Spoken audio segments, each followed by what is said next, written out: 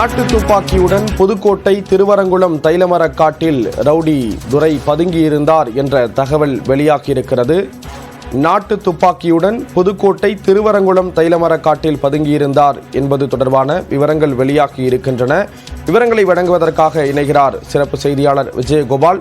விஜயகோபால், என்னென்ன தகவல் கிடைச்சிருக்கு? போலீசார் தரப்புல புதிய தகவல்கள் என்னென்ன விஷயங்கள் எல்லாம் பகிர்ந்துட்டு இருக்காங்க?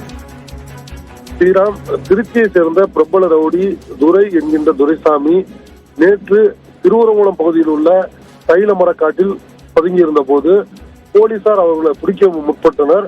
அப்போது ஏற்பட்ட மோதல் காரணமாக அவர் சுட்டுக் கொல்லப்பட்டார். இதில் புதிய தகவல் என்னவென்றால், மொத்தம் 3 ரவுண்டு சுட்டிருக்கிறார்கள். ஏற்கனவே போலீசாரை அவர் தாக்குவதற்காக அவர் கையில் வைத்திருந்த நாட்டு துப்பாக்கி மூலம் 1 ரவுண்டு சுட்டிருக்கிறார். அந்த அதிர்ஷ்டவசமாக அந்த துப்பாக்கி குண்டானது போலீசார் மீது பாயவில்லை.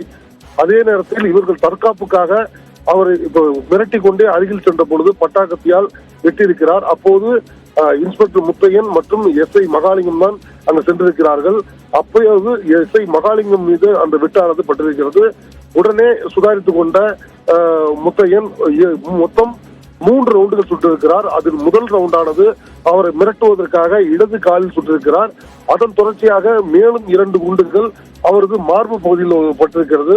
மொத்தம் 3 ரவுண்டுகள் சுடப்பட்டதன் காரணமாக அவர் இறந்திருக்கிறார் என்ற தகவல் தற்போது வெளியாகி இருக்கிறது. தவிர இவர் போலீசாரை தாக்குவதற்காக வைத்திருந்த நாட்டு துப்பாக்கி ஒன்று சம்பவ இடத்தில் பறிமுதல் செய்யப்பட்டிருக்கிறது.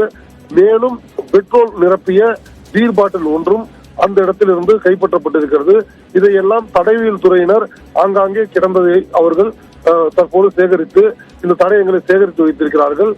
மேலும் அப்போது சம்பவத்தின் போது உடனிருந்த துரைசாமியுடைய அக்கா மகன் பிரதீப் குமார் அங்கிருந்து தப்பி ஓடியதாக கூறப்படுகிறது. கிட்டத்தட்ட அவர் மீதும் 11க்கும் மேற்பட்ட வழக்குகள் இருக்கின்றன. அவர் தற்போது வரை என்ன ஆனார் என்பது தெரியவில்லை. நேற்று இது குறித்து அவரது உறவினர் கூறிய போது அவரை என்ன செய்தார்கள் என்று தெரியவில்லை என்று ஒரு குற்றம் சாட்டியிருந்தார்கள். தற்போது நிலவரப்படி பிரதீப் குமார் என்ன ஆனார் என்பது ஒரு மாயமாகவே இருக்கிறது. இதற்கு அடுத்தபடியாக தற்பொழுது உடலானது துரைசாமியின் உடலானது புதுக்கோட்டை அரசு மருத்துவக் கல்லூரி மருத்துவமனையில் வைக்கப்பட்டிருக்கிறது. இந்த உடலுக்கான பிரேத பரிசோதனையானது சரியாக 10 மணிக்கு துவங்கும் என்று கூறப்படுகிறது. இந்த பிரேத பரிசோதனையை ஆலங்குடி மாஜிஸ்ட்ரேட் முன்னிலையில் இந்த பிரேத பரிசோதனை நடைபெறவிருக்கிறது. இவர் என்கவுண்டர் செய்யப்பட்டிருப்பதால் இதற்குரிய எல்லா பிரேத பரிசோதனை செய்யக்கூடிய எல்லா நடைமுறைகளும் முழுவதுமாக வீடியோ எடுக்கப்பட இருக்கிறது. மாஜிஸ்ட்ரேட் முன்னிலையில் நடக்கப்படும் இந்த பிரேத பரிசோதனையில் சிறப்பு வல்லுநர்கள், அந்த பிரேத பரிசோதனை செய்யக்கூடிய மருத்துவர்கள், சிறப்பு வல்லுநர்கள் இந்த பிரேத பரிசோதனையில் ஈடுபடவிருக்கின்றார்கள். ஸ்ரீராம், நாட்டு துப்பாக்கியுடன் புதுக்கோட்டை திருவரங்குளம் தைலமரக்காட்டில் பதுங்கியிருந்த ரவுடி என்கவுண்டர் செய்யப்பட்டிருக்கக்கூடிய நிலையில் தொடர்பான விவரங்களை கொடுத்தீங்க. நன்றி விஜயகோபால்.